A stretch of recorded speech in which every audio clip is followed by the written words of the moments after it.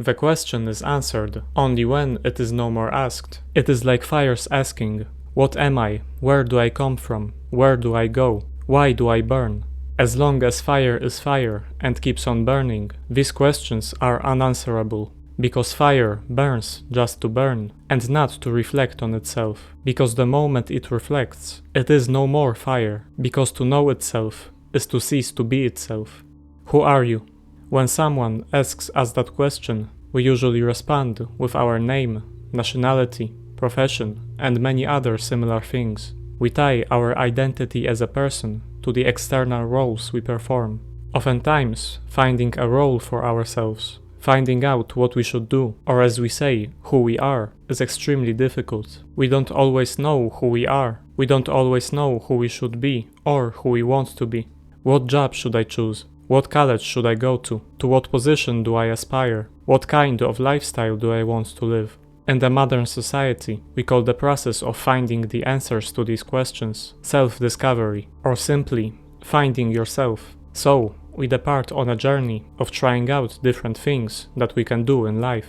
We try going to different colleges, studying different subjects. We try working in various positions at various companies. Maybe we try running our own company. Sometimes we succeed at these things, sometimes we don't. Sometimes we feel like we have finally found ourselves, like we finally have the lifestyle that we have always dreamed of. But sometimes we feel that our life has been nothing else but a failure since the start.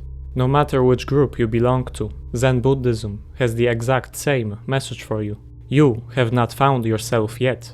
To that, many people would say, it's obvious that I haven't found myself yet, because I still don't have everything that I want. I am still not everything that I want to be. But once I achieve that, then I will have found myself. Then I will finally be happy.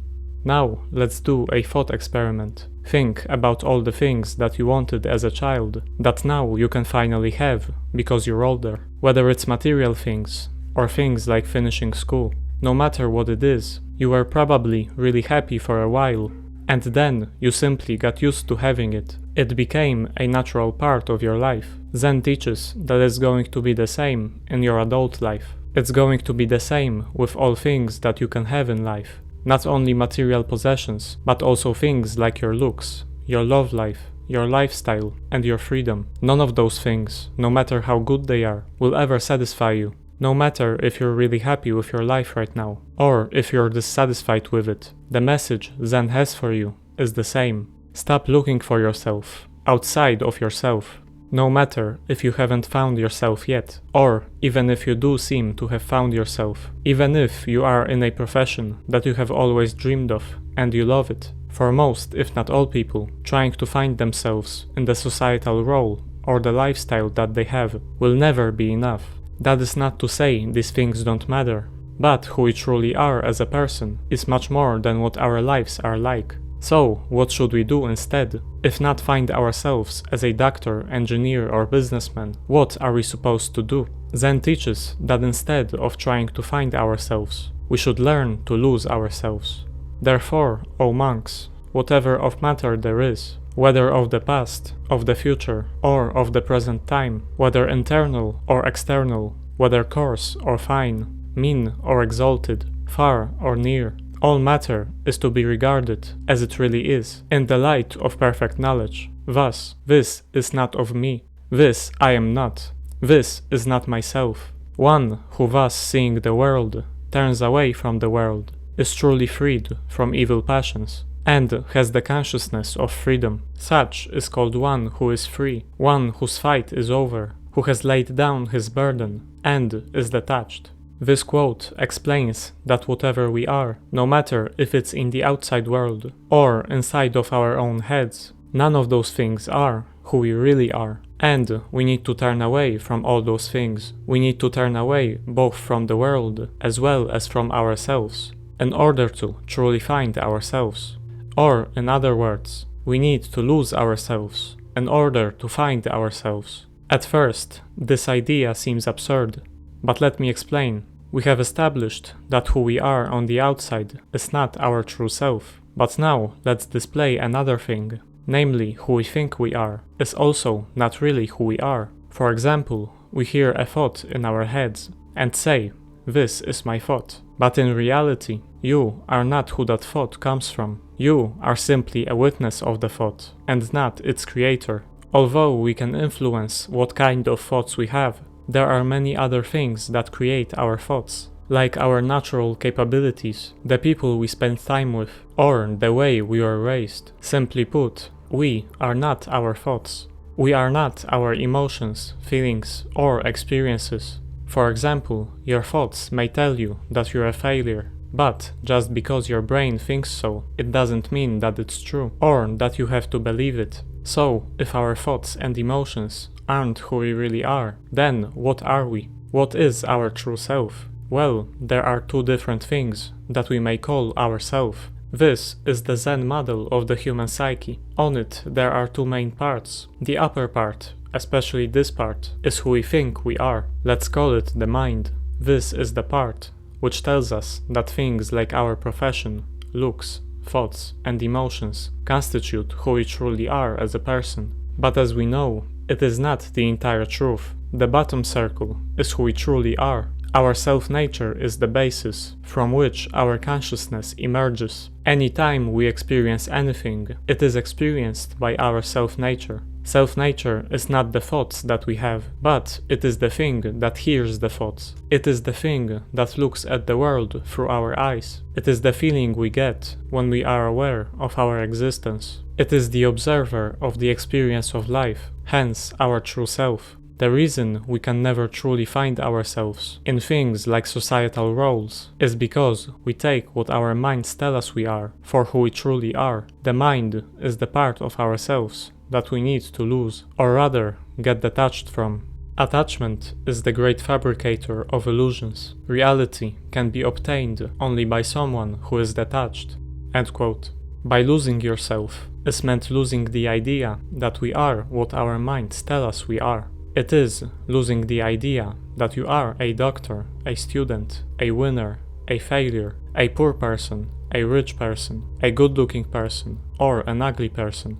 The goal here is the realization that none of those things define who you truly are. All of them are subject to change, and even if they change, fundamentally, you are still the same person. For example, let's imagine a rich person who all of a sudden loses all of their wealth. They would be devastated because their whole life they have been defined by their money. Now that they don't have it anymore, they have lost their sense of self. But fundamentally, they are still the same person. The consciousness inside of their body is still the same one, no matter if they're rich or poor. If that person is able to realize that, they won't attach who they are as a person to external things. Instead, they will be detached from them, and thus able to live on and adapt no matter the circumstances, no matter the opinion they have of themselves, and no matter the opinion others have of them. This will be best illustrated by a poem written by a Zen master named Han Shan.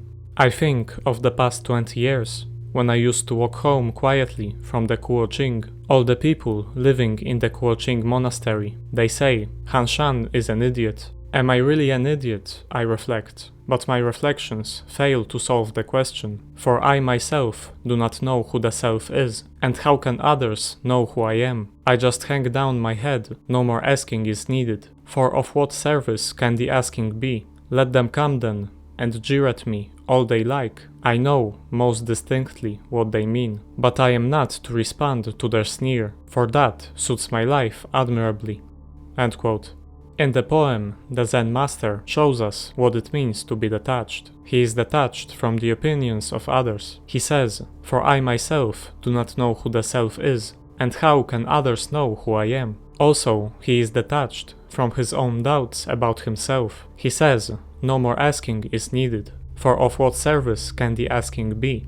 We humans suffer a lot because of our attachments, not only to our status or looks, but also to our dreams, the people we have around us, and our self-image in general. Anytime any of those things change, we suffer. But change is a natural part of life. Based on the things that happen to us, we will have to change many parts of ourselves multiple times. When we lose someone, we need to learn how to live without them. When we want to fix our bodies, we need to change the way that we move and eat.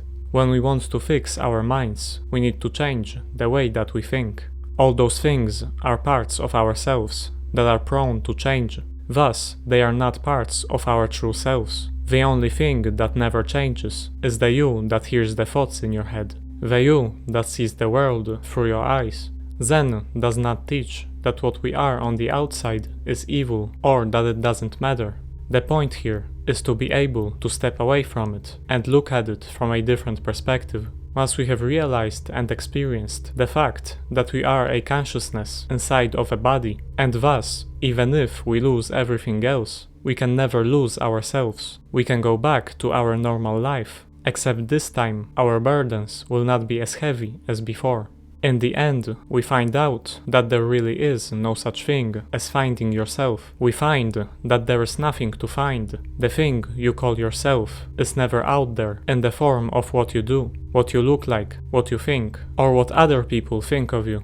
The real you was within you all along, in the form of your consciousness, or in other words, your self-nature. But in order to realize that, first you need to lose yourself. You need to give up on the idea that you are defined by all those external things, in order to realize that no matter what you are externally, no matter what your thoughts, emotions or feelings are, internally you are still the same being.